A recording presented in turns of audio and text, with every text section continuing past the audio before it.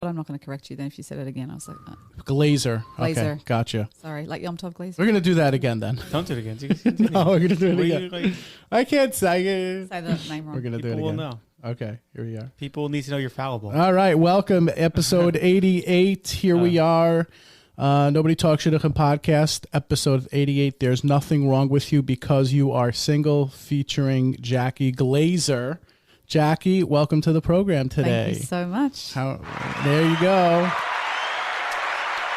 And Avery and I are happy to host you.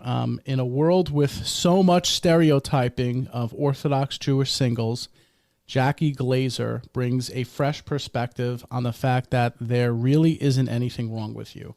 Dating is mostly a struggle from singles. Here are some ways you can alleviate your dating experience and break through preconceived notions when trying to affiliate yourself with Jewish community and your dates. So if I had to sum up your mission, which I have been crawling your Instagram and there's so many mantras that hit me, and they're more than mantras, they're missions. What do you how would you wrap up this there's nothing wrong with you because you're single thing? Where did it come from? What does it mean?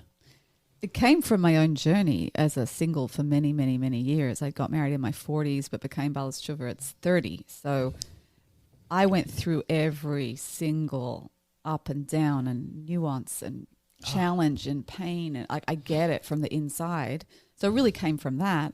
And what I realized along the way is that, yes, we have to work on stuff.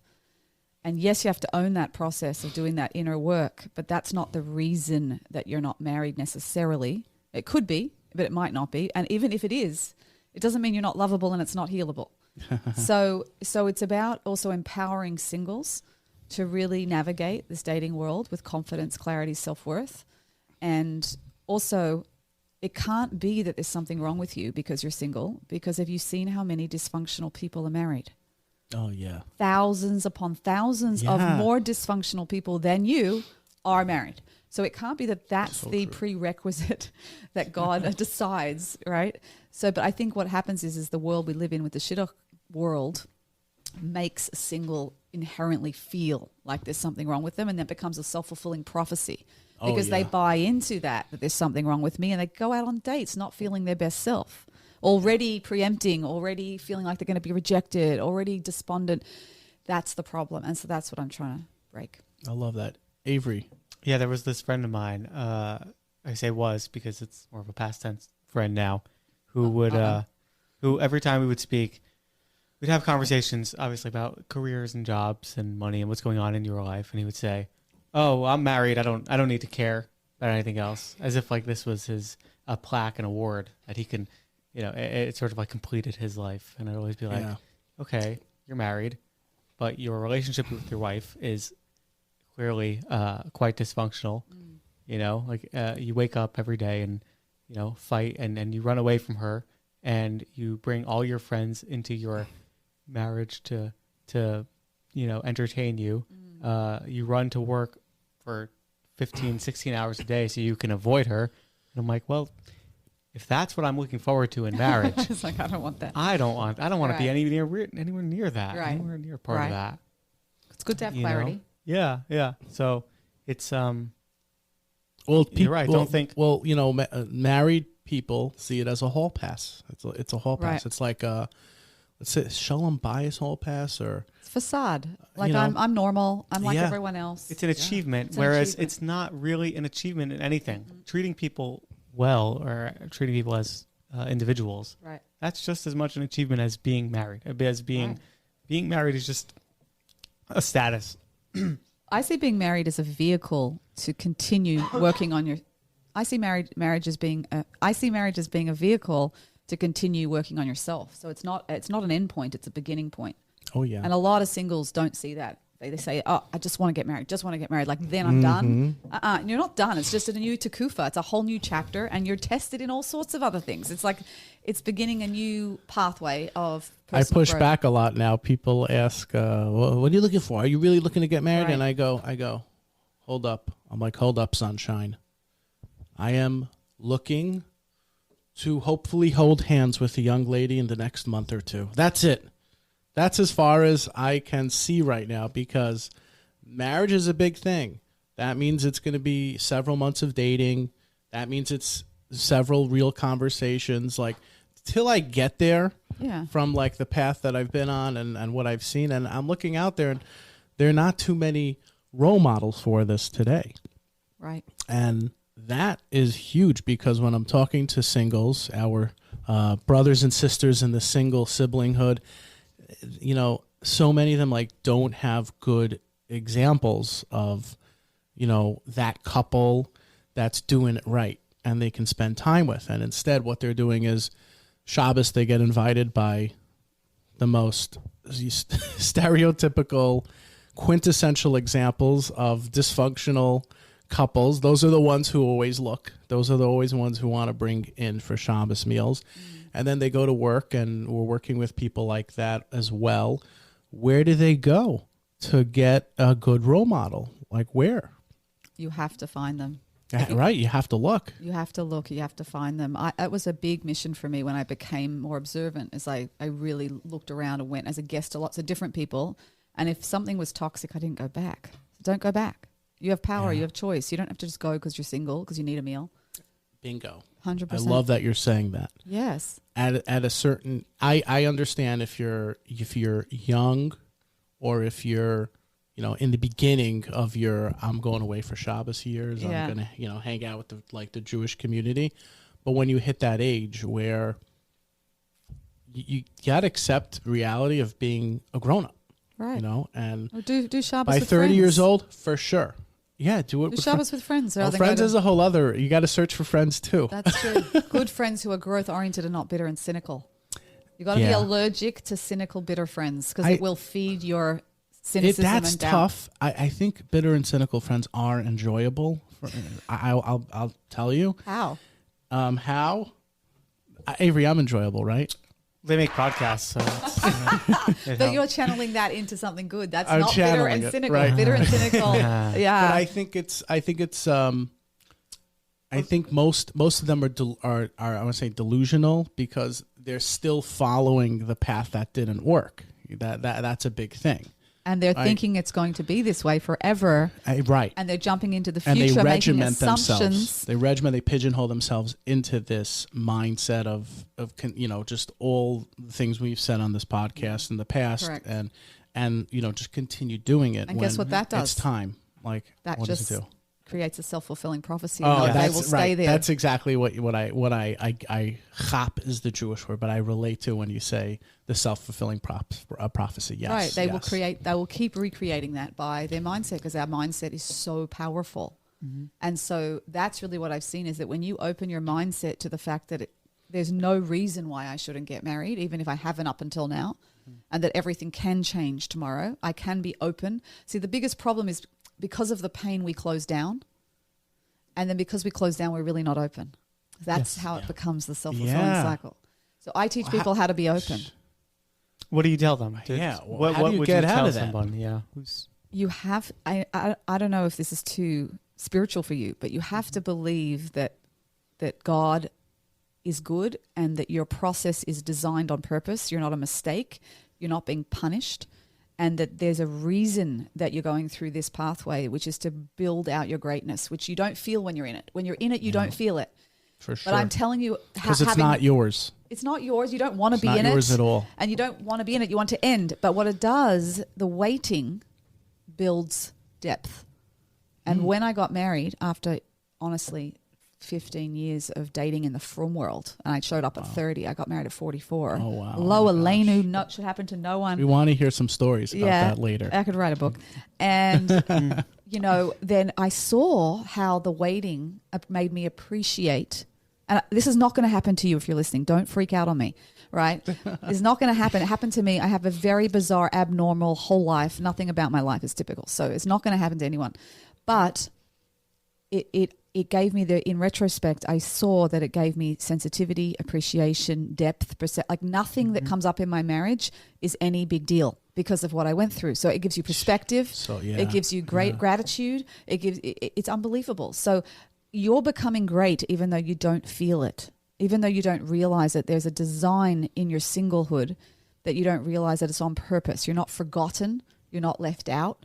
You're not being punished. It's not because God doesn't love you. And these are all the places we go. I was going to be a cat lady who was going to die in my apartment, and no one was going to find me for 3 days until the stench got so bad. That's where I went in my head every time. Oh my God. So- Until when? 2 weeks or 3 days. No, I'm saying, as you're single, you have up times and down times. So you have when you were down, When that I was was a down, thought. that was my despair thought. Yeah. I'm literally gonna. If I died, no one would even know because I live by Oh yeah, myself. my thought is wow. like the funeral's going to be empty, I know, right? and exactly. like that's my thought. When I die, there's nobody there. Right. And it's pretty It's this. sad. It's this self-imposed. No one's going to be there. I'm He's not gonna be coming. there. I'm You have not, at least one. I'm not coming. No, it's okay. I don't want to. I'm going to send a PA, a production assistant, Yeah. in my as my We'll proxy. record it. Yeah. It's a self-imposed isolation that we put on ourselves. Yes. And we don't need to. And really to be open means that I can use the power of my mind to truly imagine. I want every single listening to do this. I want you to imagine the top 3 qualities you want in an ideal spouse. And I want you to actually feel right now how it would feel if you were married to someone with those qualities, and let yourself feel it in your heart. If you can't, that means there's a block there. And let yourself actually feel what it would be like as if you were already married to someone like that. Many people can't go there because it's too vulnerable. And then I want you to imagine that that actually can happen. And when you are open to that and ask God, that's what I want, Hashem, please bring it. You open a vessel in yourself to receive it. If you don't resonate with that, you cannot receive it.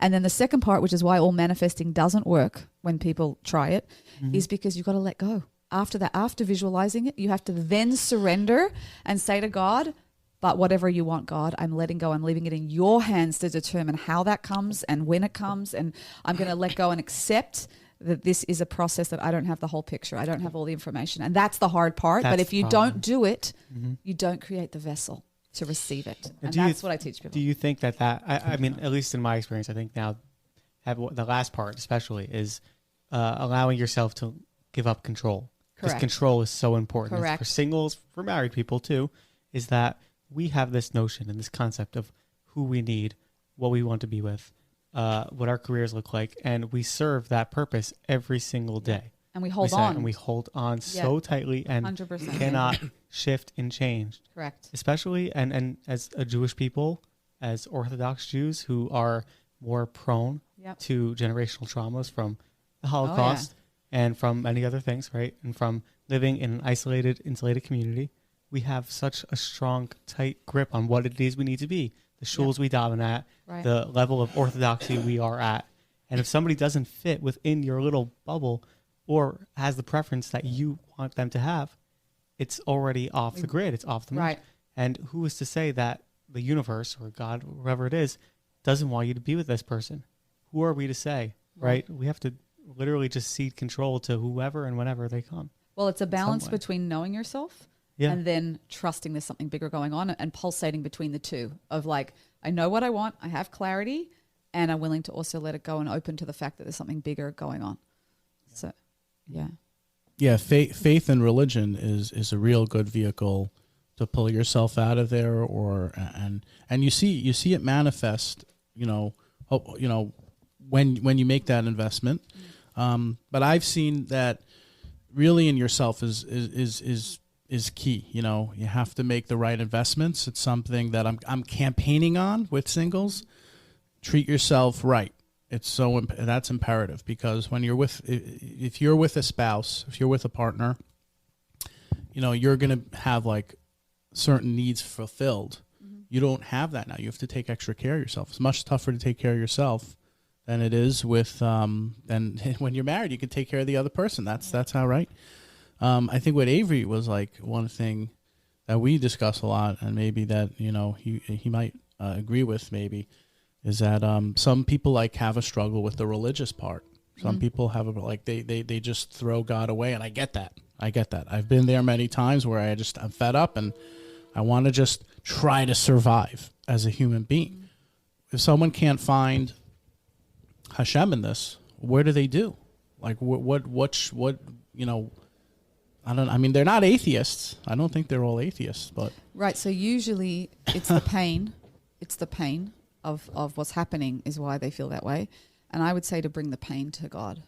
So rather than do the Baruch Hashem, everything's fine. I call it the Baruch Yes. Hashem syndrome. Yes. Right. Yes. The fake. I like, love Baruch that. Hashem. my I coined gosh. the term Baruch Hashem syndrome, which is really that we're fake. That is yours. I'm gonna have to we have to put that on Baruch Hashem- NTS best tag. Baruch Hashem, I'm single. syndrome. Yes. Baruch Hashem, I'm single. I don't respond to it. I No. don't respond to it. It's not real. You got to Not be real. real. It's not So you real. got to take what's really going on to God, and you really can say, "I'm angry. I feel betrayed. I don't know what to do with this. What do you want from me?" Sometimes you need to take a break from a relationship. You need to have it. Like that. Yes. I don't recommend That's that. healthy. But I don't recommend people throw out God because it doesn't lead you to a better place. But I understand it. Yeah. And also that you should just keep. It's like a relationship. If you value a relationship, sometimes you're upset and you need time alone, and then you come back. Right. So it's always about the coming back. That's tshuva, right? Returning to the connection. I like that. And so, that's really what happened. I don't know if you know my story about like what actually happened literally before I met my husband. No. It's the craziest. If you want to share with us, craziest story. This is a safe place. It was with our thousands we of love friends. encoding our guests. What Avery was mentioning before about trust and acceptance and letting go, which is so hard. And for me, I'm strong-willed, as you can tell. I'm a strong personality. So the stronger personality you are, the harder it is to let go. Yeah. Oh, yeah. Really hard. So this was my battle. I don't think it was the only battle. I think there was a bigger picture, and I don't know the whole picture, but most of my dating life, my husband was married. So you cannot know what's going on the other side. You absolutely don't have the whole picture, number one. Number two, you have to still do the inner work. You still do have to do the inner work as well. And I started doing the inner work. Actually, it was all facilitated by God. I went to a meeting with Adam Neumann, who was the old CEO of WeWork. Yeah. And I went with my nonprofit. Cool. It was really cool. I went with my nonprofit as the COO, and we were going to discuss an initiative he wanted to fund. He's a Shomer Shabbat Jew, Israeli, great guy. And I was very nervous because it was like my project, this leadership initiative. And we go in, and the COO says, "Jack, he's Israeli. He's very direct. And, I'm just warning you. Are you okay with that?" I said, he goes, "He'll ask you personal questions. He likes to see who you are," which I found out a lot of philanthropists don't care about the project. They want to see who you are, and they want to see, can I invest in you? Right, which is a good, interesting lesson. And I was like, "Yeah, I'm good with Israelis. I love Israelis." So we go in and we sit down, and he says, "Okay, whose project?" And Dave says, "Jackie's." And he says, "Okay, what is it?" And I tell him, what the budget is, this, how many people. We've got 800 people coming to Spain, all leaders on a massive trip. And we have Rav Lau coming and Shweki, and we had the whole thing. It was a really cool thing. Awesome. And he's all excited. And I said, the hashkafa is like, you've got to be the change you want to see in the world, right? You've got to walk the walk. Yeah. And he goes, "What are you doing to walk the walk?" And I'm like, "Oh, this is one of those questions." Oh, man. I'm like... He crap tested you right there. Yeah, right there. He's like, you. "Do you walk the walk?" And I was like, "Yeah, I'm working on this. I'm working on that. I'm in this VAD. I'm working on my midos. And he goes, "Why are you single?" Oh, gosh. And I went, Adam Neumann? out of the blue, like in my heart, right? He'll forgive me for sharing this, but it was by choice. It ends Yeah, really by well. choice. Yeah, it was by choice. Oh, that's a great line, man. I thought you would have said because I invested in WeWork and it collapsed. But no. It hadn't collapsed yet. Yeah, okay. That's about Anyway, so that would have been my Or you comeback. could have said because you're Since I'm toxic you've and been all living that. in an apartment with your brother for 15 because I'm years. toxic. I'm Yeah. Because that's what he does. That's what he did. I think. don't know. Anyway, he's a great guy. So he said, "Why are you single?" And I said, like the dagger went into my heart, and I was like, "I don't know." Firstly, there's no answer to that. And I was like, "I don't know." And he goes, "Why are you single?" And he just like kept looking, and it was like going into my soul. And I was just like, "I don't know." And he says, "You know what you have to do?" I'm like, "What?" And all of a sudden there's like no one else in the room, right? Everyone fades out because it was chief of staff was there and my COO. There's only 4 of us in the room. And he goes, "You have to go home today and you have to tell Hashem you accept." I said, "Accept what?" And he said, "You have to tell Hashem that you accept that, not that he's going to, because we should assume he's going to get everyone married if they want to get married, but you should assume that if Hashem, God, doesn't get you married, like if Hashem thinks you should be single, let's say, and that is the right thing for you, let's say the worst case scenario, or everyone's worst fear, let's say that God decides that you could accept it." Which was the very, guy? Oh my God. He was so intense, but it was the very nakuda. It was the very thing that I couldn't accept. And he didn't know that, so God knew that. But I was wrestling with it because I really knew God was in my life, but I couldn't accept. I felt betrayed. I felt so Betrayed, betrayed that I was single. I gave up everything for Judaism, and I was helping all these children come home in Kiruv the whole time, and I'm sitting here alone, isolated, right? Yeah, right. I was so betrayed and angry at Hashem. So that's why I get it. I get the pain. And this guy's telling me, and still try and work on accepting it, because all Hashem wants is our acceptance. The letting go. That's all he wants. It's that because that's good for us, not because he wants it, because it's good for us. Mm-hmm. And I was like, I started bawling in this meeting completely inappropriately. It went into some raw nerve I wasn't expecting, and I started crying. I said, I try. Some days I accept, some days I don't accept. And he said, no. He said, that's like some days believing in God and some days not believing in God. He goes, it's a choice to trust. It's a choice to accept. Anyway, long story short, we didn't speak about the project at all. And he gets up to go to a meeting with 2 other banks at the same time. And he looks at his chief of staff. He goes, I like her. She's real. I want to fund the project, whatever. Or I want to be involved with the organization. I don't know if he actually funded that project. Walks out and I'm like a mess. And I was a wreck for about 3 or 4 days. I went to my Rav in Philadelphia, Rav Shalom Kamenetsky. And I was at that Shabbos, like 2 days later. And I was still raw and a mess. And I was trying to process it with him. Whoa. As in, what is this? And I did like a meditation, which I'm very big on. I'm very big on doing internal work, internal reflection. And I did a meditation by myself on Shabbos in the house. And I said, why can I not accept? Really, really, really, why? I know God loves me. I see God everywhere in my life. But why can I not accept this if it was the right thing and something that was going to be good in the long run, let's say, the bigger picture? And what came back was because you won't accept yourself and you feel like a failure. And the deep down singles, I believe, judge themselves as a failure. I'm not good enough. Oh, yeah. And I said, oh, my gosh, I can't accept yourself. And I was like, I'm doing this to myself and then blaming it on God. Yeah. So I was like, oh, my gosh. He's so easy to blame, though. He's so easy to blame. And I was like, I just I had this, I'm telling you, I had this epiphany. And he can take it. He can take it also. Exactly. Like, what? I had this epiphany that I'm doing this. I'm feeling like a failure and I'm beating myself up because I'm single, which I think is very common. Yeah. Very, very, very common. Yeah. And I decided there and then I'm not going to do it anymore, like from a very deep place in myself that I'd not been able to access before. And I said, I'm not going to do it anymore. And I said, God, if you want me to be single, it's not what I want. It will break my heart. It still makes me cry every single time I say this, like I can tune into that place. Sentimental. And I said, it will break my heart, but if you choose it, I will do my best to accept it and work with what I've got, like work with my life and make my life the best I can. And I truly accepted it. The next day, my husband was suggested to me. Oh. I'm not kidding. Wow. The next day. I was in shock because I'd known what happened the day before. And what the Adam Neumann said was right. And I believe Adam Neumann. Do I believe that everyone has this test? No, I do not believe every single needs to do this. Mm-hmm. I do not. I don't think I could have even done it 5 years earlier. Like in my own self, I couldn't have accepted it. Yeah. So I don't believe everyone has to go to that extreme, but it does show the power of the inner work. It shows the power of trust and acceptance, that when you trust God and you accept, you lift yourself out of derech hateva, of the natural world, and God creates miracles for you because you're no longer operating. Doesn't matter about the Shidduch crisis. Shidduch what? Who cares? Yeah. Like, because it's just you and God, and say, okay, I trust you. All right, I accept. This is not what I want, but you make your will like Hashem's will. He makes your will like His will. Right? That's really what happened. Mm-hmm. It's that Pirkei Avos, that ethics of our fathers, right? So that's the power of the work, and it made me realize the power of our inner world is so much more powerful than we realize to create our reality.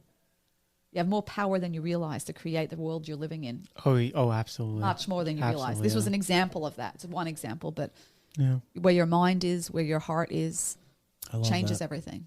So was that too intense? This is not breakfast TV. It's like confronting your powerful abuser, which people say that you need to do in life, and or at least your past, your childhood. What if your abuser is you? Except, well, that's the point. Right? All the therapists talk about this. Your abuser is always you in some way, because you've adopted it from somewhere. You've allowed it. Yeah. And as much as some people felt as childhood traumas from a rebbe, a teacher, an ex-girlfriend, a spouse, the person who continuously allows them to infiltrate their brain is yourself. Correct. And allows yourself to be abused. Exactly. And if you can confront that and just come to terms with it and say, yeah, this happened, or I'm single, and you know what, I may not get married, and that's okay. And I'm still a human being, and I'm still a person, and I feel compassion for myself. Because if you're not going to feel compassion for yourself, no one will. Who will? Exactly. You know? I had a situation this week where at least I knew I was completely wrong, where I, had some sort of insecurity over a date with someone, and it did not work out in the way that I would have liked, but at least I was able to recognize that, okay, this comes from a place of being hard on myself, you know? Like, I didn't want to be seen or go out somewhere with someone, and it came from somewhere that was negative, and and then to have compassion for that part. And have compassion for them, like, it's okay. Like, okay. I grew up, this is the way I grew up. I grew up in a world where what I do is okay, and to not judge myself and compare myself to the vast amounts of people who are in healthy relationships and healthy dynamics. They didn't grow up like I did. They don't have the sensitivities that I do or other people do. Same thing with you and clearly, everybody here. And maybe we just need like Adam Newmans to bring it out of people. But God sent him. We Obviously. need it, yeah. But compassionate curiosity, treating yourself with compassionate curiosity. Oh, that's interesting that I did that, or it's interesting that I reacted that way, or so that's interesting is a much gentler way than like, I'm such an idiot. Why'd I do that? I'm so stupid. So like you said, changing that relationship to yourself is the whole thing. We're like science projects, and you're just testing ourselves because who knows, anything could be right.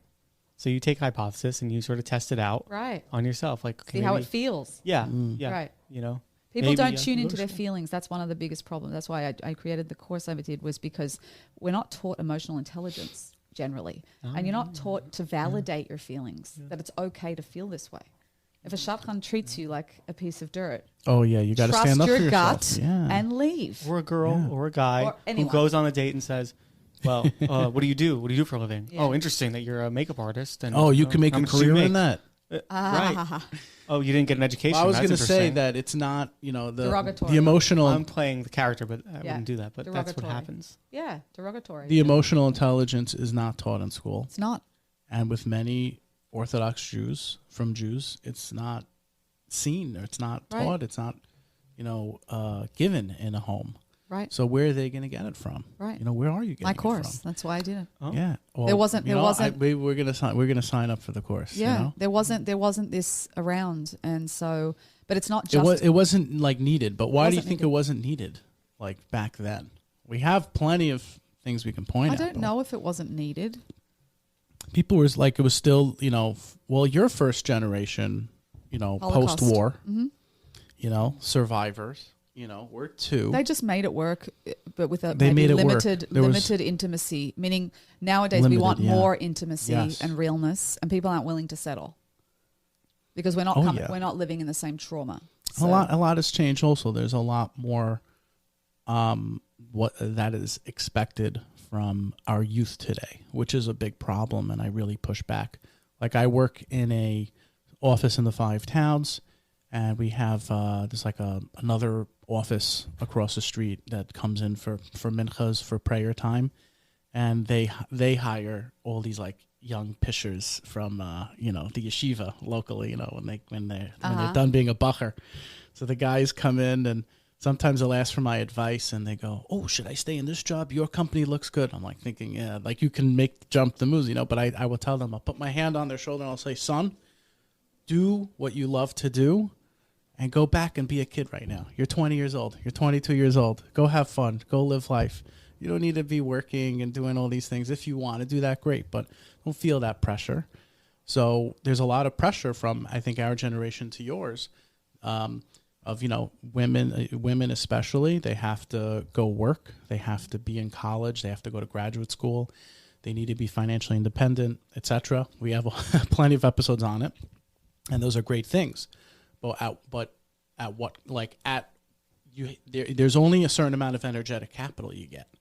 And with the guys, same thing. Now we have to be learners and workers, and you only have a certain amount of energetic capital, and it's dwindling today. It's dwindling for plenty of reasons, but it's here. Technology, whatever it may be. So I say put the focus on just being a good human being. That's it. And however you can fit God into your world, do that. But you can't sacrifice too much if you're going to work and you're learning, and then you're trying to have me time, and then you're shidduch dating like this is a lot going on for a young person who's never experienced managing a schedule or a life for themselves. So these are these thoughts that kind of percolate when I think about, well, what's the difference between then and now? And this is the transition.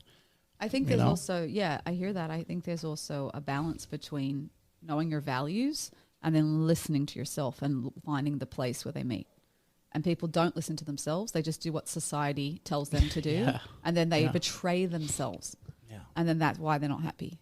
So it's about, okay, we know what the hashkafa is. We know what the values are. Fine, good. That's the frame. And now let me tune into myself. Lech lecha. We just had it a couple of weeks ago. Yeah, let me my find bar mitzvah parsha. Oh, that's a good one. Go to yourself. Go to yourself. We're told to go. I live by it now. It's my mantra. Right. It's my slogan. I think from society has moved away from valuing that sometimes. Oh yeah, so definitely abdicated from it. No, I've said it. Maybe controversial, but yeah, you're right. Meaning you're right. Everything we say is controversial. You have to not care so much what people think. You have to care. You have to stop caring what people think, especially with Shidduchim. Here's a practical question. Gen Z. No, go ahead. Oh yeah, a practical question. A single who's living at home into their 20s. When obviously every case and circumstance is different. Yeah. Would you say that is the wrong decision to make? Generally, someone who's moving up in their 20s, they should. No, it depends. It depends how they feel, and depends what the family's like, the family environment. If the family's supportive, if the family gives them space, if they feel like they have a back house. Right. Oh, the back a man cave, a train line. My parents are not in the front house, by the way. Just to clear up. No. But for many, I've also told many of my clients to move out. Oh. As well, meaning I tell everyone, Toxic. everyone should move out. You got everyone. You think everyone should move out? Yeah, I see that as one of the successes, and I see the patterns. Interesting. Of of what gets you to marriage. Many women are scared. I see that. But many women are scared. Maybe men should move out and women not. Many women are scared to do that, and there's something so emotionally devastating for them because they always had the vision. They go from the home to the marriage. Yeah. And I've pushed some of my clients to do it, and they can't, or the values depending on their culture will not let them. Like it's just, and also they're going to make a statement that there's something wrong with them and something wrong with the family if they move out. There's all sorts of cheshbon here. Well, so, there you go. Like in that predicament, they're still caring what other people think. Well, now it's what the family. What about myself? Right. I had a friend who signed up for Tomchei Shabbos in the community, a single guy, and he told me, he's like, if I was married, my in-laws would be helping me. If I was married, I'd have a wife who would help me. Right. But I'm in a financial hiccup. And I'm lack of support. And I said, you know what? That makes a lot of sense. And but when they first told me, what? I had that knee-jerk stereotype, reaction, so. And then he robbed a bank. Remember when he robbed Chase Bank, your friend? And that was okay. If he had a family, he wouldn't have to. It was hashkafic difference, Okay. I'm messing. And it didn't exacerbate the situation. Help them out, I'm messing around. It's very hard. Listen, it's objectively very hard because you're on your own. You have to fend for yourself. Often women become tough because they have to they're independent and hardened. Yeah. And then when they date, we talk about how they can shift into the feminine and have more choice around that. So because a man doesn't want a hard woman. Yeah, right? that you hit the hammer on the nail, right? The nail on the hammer on nail on the head. The nail on so many different ones. Yeah. That's something that I have really promulgated on the show before is that I have in the past, not now because now I'm very selective and I'm in charge of my dating more. But in the past, I saw a lot of women kind of deviate from being feminine. They ran away from it. They have to because they're just surviving. Yeah. So they're having to do everything. They have to change the tire on the car. They have to get gas. They have to fix light bulbs. They have to pay. They have to cut things out. Like you got to cut things out. And we can do all that. There's nothing wrong with that. But I'm just saying it's nice to have a partner in life to do things with you and to feel like you can then soften and be more in touch with the feminine. I told a guy I worked with a few years ago. Being on the single journey, like you're saying, you can really get deep into yourself. And I'm able to discover things about myself. So when I see it happening to other people, I bite my tongue because it's not my place. Nice.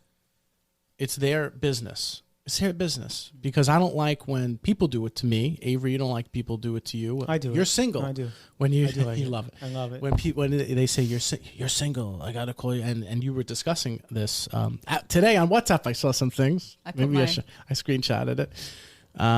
And like this guy, I tell you, we were working together in business, and I needed to, there were certain things that were not getting done. His part of the partnership was not performing. So I told him, I said, I want to respectively tell you that you're not fulfilling this partnership here.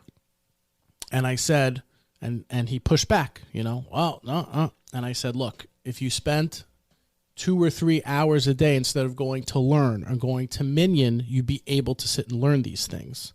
So what's more important here? Is it the shalom bias of our partnership, or is it going to serve God? God rather you fulfill your partnership, the shalom bias aspect of it. So a lot of married people we see run away. No, I'd rather go to Minyan. I'd rather go to Kiddush Club. I'd rather go away. Go, and they're abdicating from what they need to do. And the singles, and I give our singles credit, me and Avery as well. And back in the day, I would have given you the thumbs up. Like, you got to work on you got to, don't be, we're doing the right thing, because we are taking the time to, the word, I hate saying it, but work on ourselves, but just grow our human, intellect, our emotional intellect. Not just that, most older singles, like what, over 23? I mean, is that what's considered 23? Older? I mean, it's ridiculous. I feel young. 23 is still young, but like 25 is ambiguous. So 25 for sure, and older you can say that's like so hilarious to me, right? In the Goyish world, it's not. We hang out in the Goyish world a lot, or the Ummah Sa'olam, or aka the normal world. You got to learn how to say no.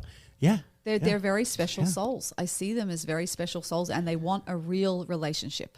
So they're not the type that would just have gotten married at 19 to anyone and not cared about it. And meaning that I see they're special. A lot of them are very special. They want real relationship, and they're not going to settle for just anything. And I say you shouldn't. It's a big decision who you spend the rest of your life with, but you've just got to make sure that you're not being driven by fear. And that's the biggest thing, is that if you're driven by fear of marriage, of intimacy, of what you saw in your house, that you didn't see a good role model, like you said before. No role model. A fear of, I'm going to be rejected, I'm not lovable. Like, there's so many fears. That's okay, but just make sure that how you're dating is not being filtered through that fear lens, because it affects everything. It affects everything. It's how you date. You'll find flaws in every single person you date if you're scared. And that's why you get labeled too picky. Right, because you're finding flaws in everyone. Now, there's always flaws in everyone. That picky. Too picky. Oh, my You're too gosh. picky. I just put that on my Instagram What today. would you say? Baruch Hashem. What was the other one? Baruch Hashem. No, syndrome. Syndrome. And now this picky thing is... That's what not to say to singles. It's a curse. But some people are too picky, but they're not really too picky. It's that they're scared. So I'm going to pick faults in everything so that I feel that I'm justified in saying no to everything. And the subconscious mind, if you want to get into psychobabble a bit, the subconscious mind will protect you from getting hurt again. Usually that hurt, like you said before, is confronting the childhood, right? And so you got hurt at some point in your life. It doesn't even have to be severe trauma. It does not have to be severe trauma. And what happens is the subconscious will look and scan for anything similar that could potentially hurt you, right? Which is any sense of closeness, right? I'm going to be hurt. And then it will protect you in some way. Either by finding fault. Projections. Yeah. Yes. It will shut you down. So a lot of people go out on dates, and you watch them on dates, everything's great. They're just not open. Oh my gosh. They're just not open. So there's no bond. So after 2-3 days, there's nothing happening. They're really nice, but no chemistry. I'm going to end it. How many people go through that? So many. Thousands. I had a situation, I guess, I was talking to a girl at a Shabbaton I went to. And over the course of a couple of years, and it took a lot of work and doing some, really...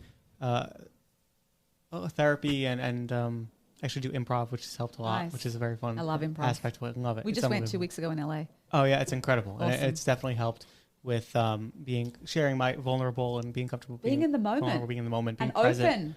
Beyond, yeah. Actually, that's brilliant, Avery. Greatest thing for young singles. Yes. Is that a thing? Have you guys talked about that before here? I've brought it up to improv, people, but people are so improv resistant to open. People are I so love that. resistant We've to done a little improv in 'Cause they're this scared community. They're so fearful of getting rejected, of being silly. being silly, being acting judged. out, being judged. It's such a. But that's actually brilliant to have some fun, but also to Yes. Oh, yeah. challenge yourself in Well, this area. yeah, it's I love that. there's something to do there. yeah. You're making me like. Oh yeah, let it work Yes. because I was just people telling him did last it- night. I'm like, if you still wanted to be in the, from Shidduch scene, maybe bring this in. Like, it kind of. Why not do a innovate singles there. event with improv? He tried doing one. I would have tried. And the pushback from the From community was I like, would have how tried. could you do such a thing? Why? It doesn't make any sense. They're not open to it. This is what- there's yeah. such resistance still. But it's rather than what you want to go to a singles event to be like a meat market. We throw singles. Trust me. We throw single Shabbatons. Even We've thrown a friends. few. We've It's thrown a few, combination of a bunch of things. and this These one are the- just didn't work. These are the biggest fears people have. Okay, there's a few fears that come in. It's the fear of being open and vulnerable, Right. the fear of public speaking, and the fear of really interacting with men and women and being open within the relationships. Right. But it's incredible for people who do it.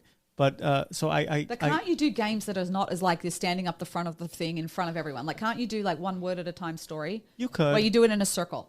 And so you're just doing it with a group of people in a circle. It's not as intense. You could, but in my experience, the more intense the game, the more active and actively involved the game is, and the more deeper you have to go within the structure of the game, deeper emotionally, the bigger the impact. I know, but just That's baby steps, of build up. course. Yeah. But I think Where if it's did not it as come from? threatening in that, I think you're onto something.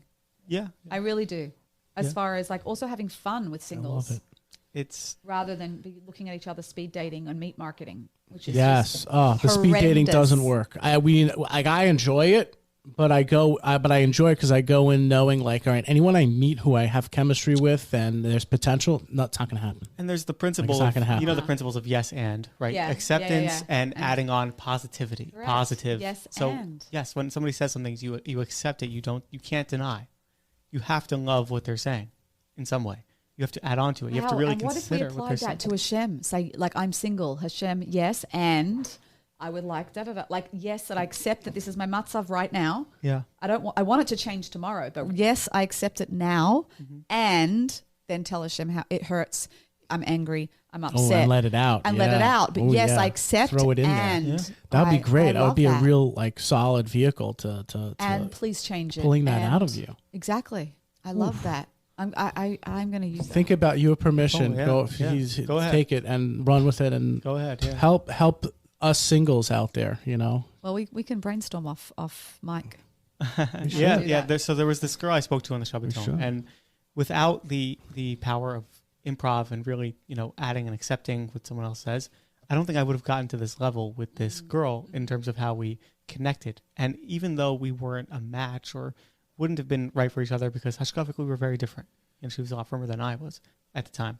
And at the same time, I still got to a level of depth and connection and really understood a lot about her background and why she was 33 years old. And this was the first ever singles event she went to. Wow. And how she had younger siblings who were all married and had been getting married one by one. And she was like the last one left. And she had a very firm upbringing with like a rabbinical father. And she went through like a good period of like depression and denial. And I really felt like a deep connection, even with someone who's so different, Right. just by asking and considering. You can have a deep connection even if the person is not your intended Spouse. Yeah. spouse. Yeah. And people generally don't on dates. It's Yeah. set up so I have a confession to make though. I never went on a singles event ever. Okay. I don't think. Not that I can recall. I was allergic to them. So it's okay if you don't want to go to them either. Like, you got to follow what was right for you. I was on certain websites and I was on this and but to use apps It's or not become use apps. more popular.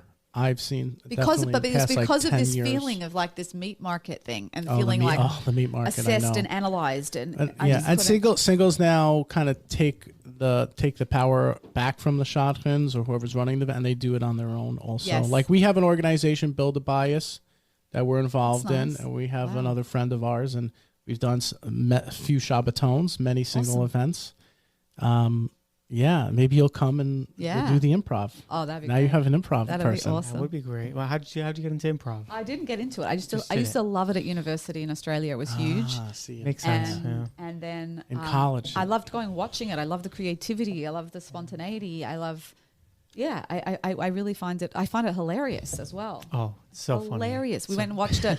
We went to a professional improv theater in LA like 2 weeks ago on our date night. My husband and I have date night every week.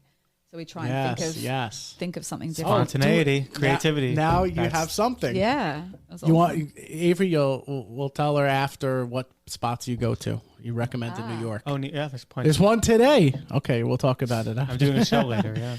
But I like that he envelops himself in those things, That's nice. and I do. For me, I envelop myself in whatever kind of therapeutical or just enjoyable, unique and different, that deviates from the Jewish community.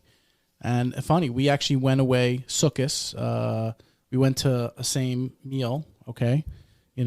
We by the way, we have two separate lives, just here are the few situations we hang out together. I live in the West Side. He lives here. Wow. Yeah. And we went and we were telling the host, we were 11:35. We told the host that he does improv, and the guy goes, "Improv? Are you not religious?"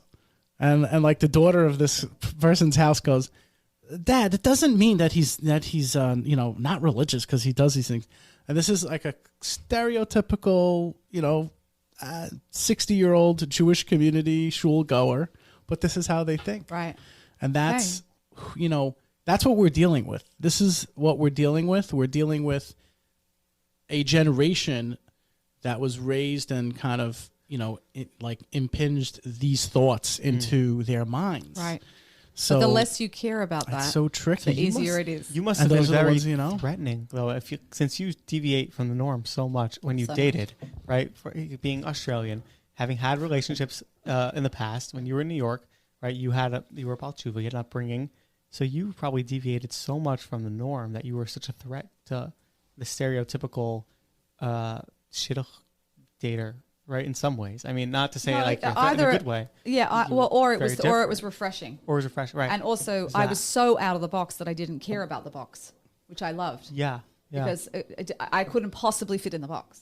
Yes. So there was a liberation to that and a freedom to that, and that's why I can pave the way and say things that are outrageous because there's no real consequence for me. Yeah. So it's easier for me to say that, and I appreciate that someone else is in a family ensconced in this thinking, then it's going to be harder. Oh. But I see that still doesn't mean it's the right thing to do. It's Yeah. to succumb to other people's judgments.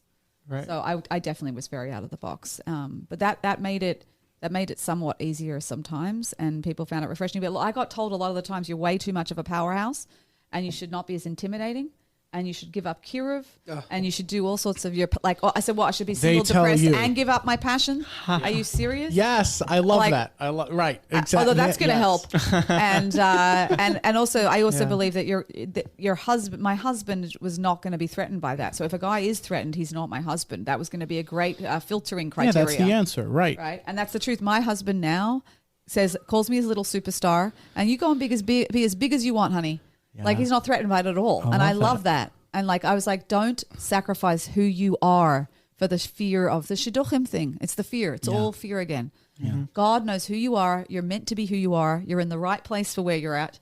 Amen. And you got to accept acceptance. It's all about acceptance. You're not a mistake. It's not a mistake.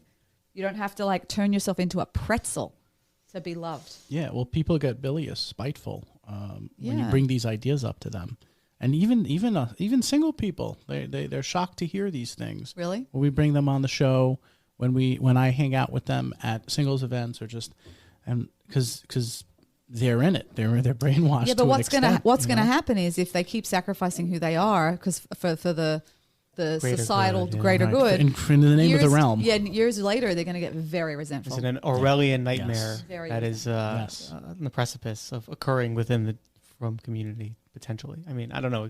I can't make that, Sounds very but dramatic. it is dramatic. It is a little dramatic. Yeah. Right. Or, I mean, have you read No, 1984? I think so. Have you ever read 1984? Yeah, sure. Okay, so that talks about people stripping away their ability to, wear clothing that's loud, oppressive, giving in to Big Brother, the and and That's already happening. stripping away physical intimacy. That's my shul. That's already No, happening. but stripping away physical intimacy and the pleasure of it, which is another aspect of being from, is that you cannot be physically intimate, and it's so painful.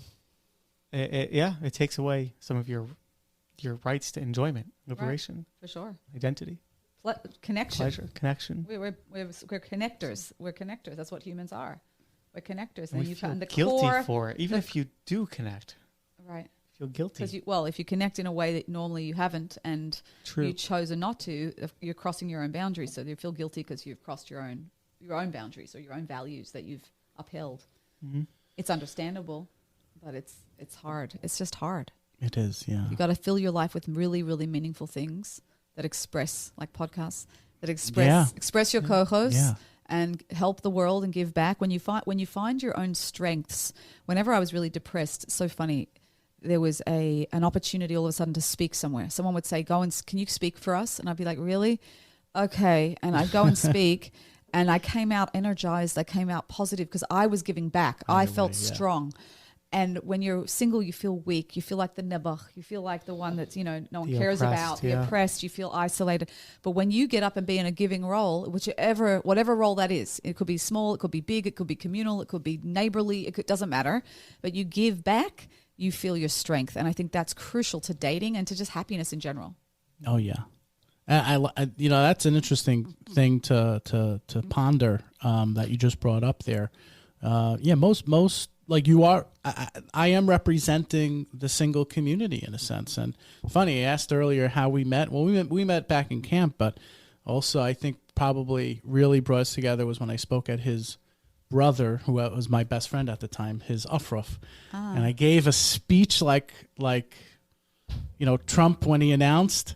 And except he didn't make fun of Mexicans and called them. Okay. Well, I did. No. So basically, I gave that speech, and people came up to me like, "Wow, you did a great job." I'm thinking like, "Wow, I actually represented the single community there." That's an interesting thought. It is. And to kind of harbor that energy and pull it out. Yeah. It's interesting.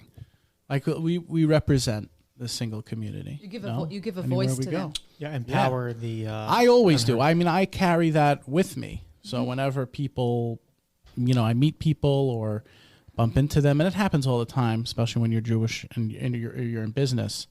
But that's what I try to bring forth, And what about you? Same? Well, I guess I see it more on a macro level and a global scale, which is like, I'm a human being. I'm trying to be as positive as I can, whether that be single, Jewish, not single. I shouldn't change the way I act for whomever, wherever, whenever.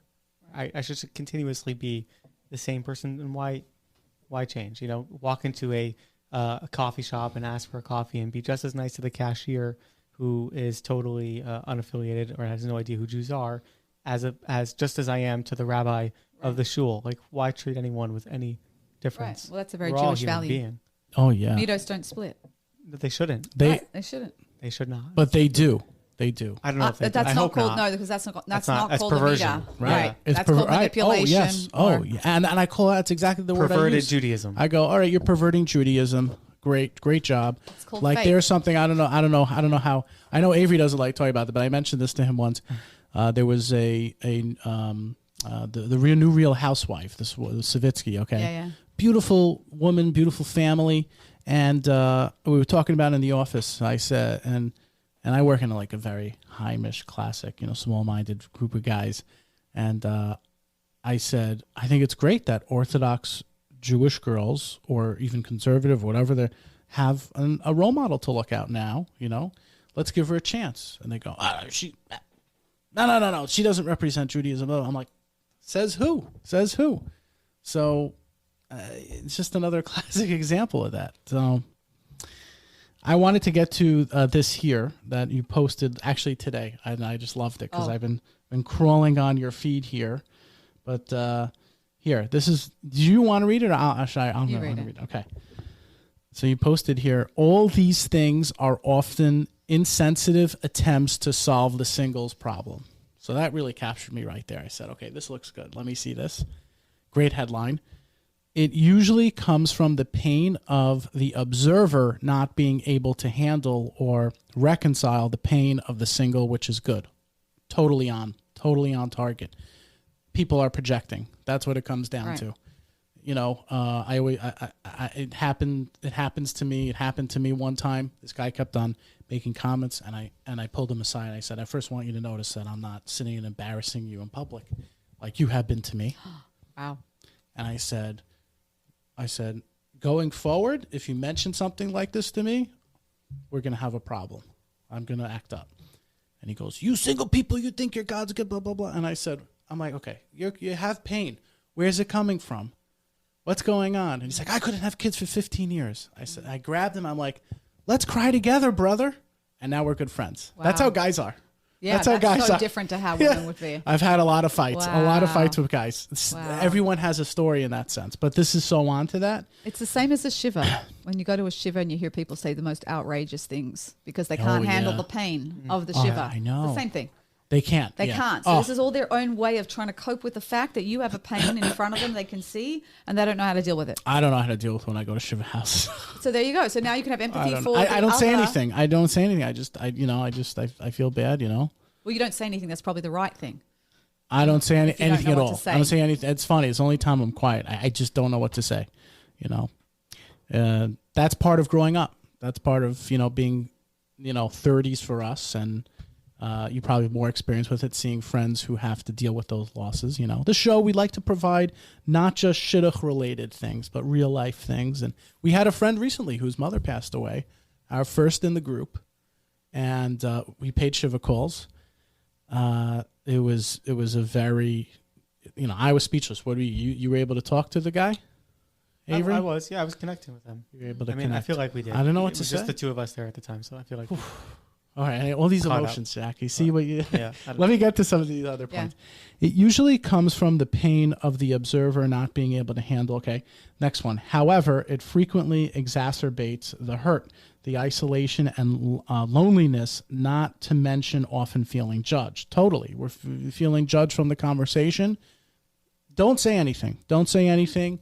Singles, I'd say call it out, push back. Call it out and push back. We have to reawaken these people, and you have a pass. God is my witness, right? God is on our side. You have a pass to do it. This last one. It is usually from well-meaning people who can't bear to see the pain and suffering of a single, so they try to do something for them by engaging in the conversation. And I think that's exactly the reason why you can call it out, just in the right way, and they'll get it. And then that's it. You'll break the chain. You know, the costing of singles everywhere they go is going to change now. It's going to stop, right? Right. And sometimes the right way is just to say, can we speak about this later, or privately, or that's a good one. You know, just like, I don't want to speak about it now. Yeah. At an event, at a wedding, at a this. So that usually it comes up in all the most inappropriate places, in front of people, the Shabbos table, a wedding, a holiday. Yes. You know, and you just say, like, that's so nice of you that you care. Can we speak about this, you know, next week? Can you call me next week? Can we speak about it? And then you see also who's really serious about helping you, or it's just chit chat. Exactly. You know. Exactly. But that gets you out of it immediately. So how do we? So let me get a little bit more, because we're coming up on, you know, the last few minutes here. Yeah. Okay. You said what time you have to go again? I have a 12:15 back in Lawrence. So like 5 more minutes? Yeah. Okay. So I get to our last few items here. Okay. Let's talk a little bit more like practically on the date, emotions people can do. Here's something popular, and you know, you can always just abstain and not say, you know, anything. But how do people get more relaxed on a date, or at least more at ease? Okay. I'll put up a poll, and our people said these funny ones here. CBD, cigarette break. A lot of guys probably. Jump in, just do a Netflix and ice cream binge before the date. Okay, those are some good ideas. Right. What do you have to say about that, or what do you have to propose forward to the committee? So there's two things. One is before the date, how you prep for it, and your mindset. So it depends on your mindset is how anxious you'll be. Meaning if you put all your emphasis on, this has got to work, I want her to like me, and if she doesn't like me, then I'm going to be rejected. Right. You have to wait before you go on a date. You just say, I just want to see if I like this person enough to get to know them. Number one, not is she my wife or husband. Number 2 is if it doesn't work out, it's completely fine. All it means is clarity that she's not my wife or husband. Like, that's all it means. That's it. There's no other rejection of me, or I'm not good enough, or I'm not lovable. It just means that we had clarity straight away that we're not right for each other in this role, in this lifetime. That's it. Notice how it's simple. It's and that's so how it simple. should be. Like, You it's know? okay. But from Jews have the Gemara cup. And that's what changes everything. Yeah, no, You know? if this doesn't That's what work, it's changes fine. So if you take the pressure off it having to work, firstly, you're much more relaxed immediately. If you don't have to get this to work, you just go out and just be, I'm just going to be, and I'm going to just be myself. I don't need to edit because of that. Once you're it's okay with it failing, which is so ironic because people's like, it could be your husband, go out with optimism. Yeah, but that's pressure. I'm saying the opposite. No, right, that's the worst thing to say. That's the worst thing to say. I want to see if I like this person, and if it doesn't work out, it's completely fine. That's the worst thing to say. And then if right. worse, This could be your husband. I know, Can you imagine it's the it? worst. Yeah, that's not. This is your wife. This is your. I'm telling you. I'm not opposed to a glass of wine. I think glasses of wine or a glass of a drink, You alcohol, gotta, yes. in You have to. moderation, little bit, enough just to take that edge of that nervousness, that awkwardness. Sure, Because you yeah. know what my pet peeve is? My pet peeve, and this happens so much, is that people are awkward, they're nervous, they're not relaxed, so they're not themselves. So then you go out on a date and there's this awkwardness, or you're just not yourself because there's no connection happening because you're not yourself, and they decide to end. That's not for me, and so you end up ending and jumping out of the date and like ending it without actually seeing who you're dealing with. So you actually, two people in their images and facades and of nervousness have made a decision to end the dating without actually seeing who the other one is. Because that's not who you would marry if you married that person. 100% And right so on. just stick 100%. in it. There's no rush. You don't have to pressure yourself to make a decision quickly. And I think people are scared. And so that's why they do. That's why they feel they have to make the decision quickly. Like, is this it? Is this not pressured. it? Stop the pressure. There's no rush. You just let it unfold. Within 5 to 6 dates, I guarantee you'll know if you're interested or not. Oh yeah. But yeah, one we'll know by date, then. 2 dates. Well, the guy will know by then. For sure. We've the girl. At least in our knows. states, they kind of they jump out, but that's fear. fear. They're just jumping out. Yeah, I think so too. Yeah. So, right. A lot of them. You have to know what to say. That's what we're working on an episode about that. what to because say. I've jumped in. As I've been saying that I try to get feedback from my friends who are going on dates and getting older, or even the young guys today, and a lot of frum guys just don't know how to talk to women. So I was really pontificating on like, what do I do here? What do I do? Where do I go? And I kept on doing. I'm going to look into your class. But there's some other classes that I also looked into, and it's pickup artist classes, and they teach you a little bit how to talk to women and break that ice, because sometimes the wine doesn't work. There's an article in New York Times that went viral. There's the 36 questions to falling in love. And so it's 36 questions that you can ask on a date that will start to gently open up, and you can choose which ones you say. Oh, I love it's that. a fantastic article. Oh, you got to get Google that. it. Google it. 36 I'm gonna questions put to it up, falling in yeah. love, New York Times.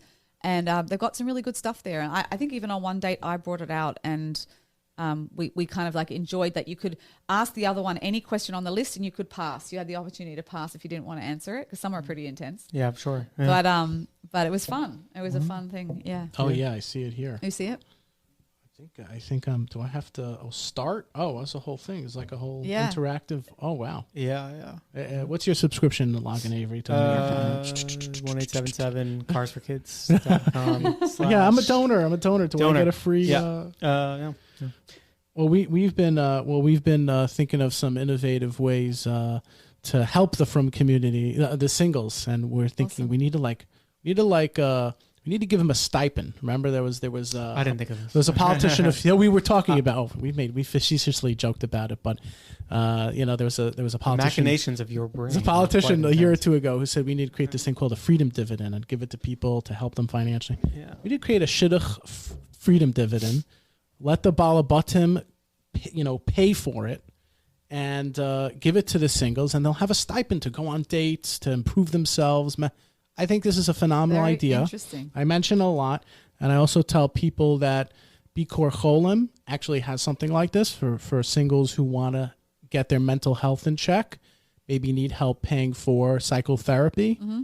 Contact your local Bikor Cholim office. Wow. And amazing. and send an application. Tell them you're single. Tell them this is a situation. You have to put out a few. and they will assist you. Amazing. Singles, go ahead. Wow. So we try to give a little token, a good little giveaway for some of the people. Beautiful. Okay. Awesome. Avery, did you have any other questions for Mrs. Jackie Glaser? I can't think of any, but I appreciate all the insight into into your world, for letting us in and understand more about you and what you went through. Yes. And why you help singles. And Why I help singles. And if anyone wants any help, they can feel free to contact me. Yeah. How can they reach out to you, by the way? Jackie Glaser Official on Instagram. Awesome. Or JackieGlaser.com on website. Awesome. Yeah. Wait, not .com.au? No. Started here. Awesome. Okay. All right. Thanks so much for having me. Thank you. It was such a pleasure. All right. As I usually end off my idiom, happy face, smiley face, silly face. This is the Nobody Talks Shidduchim podcast. All right. All right.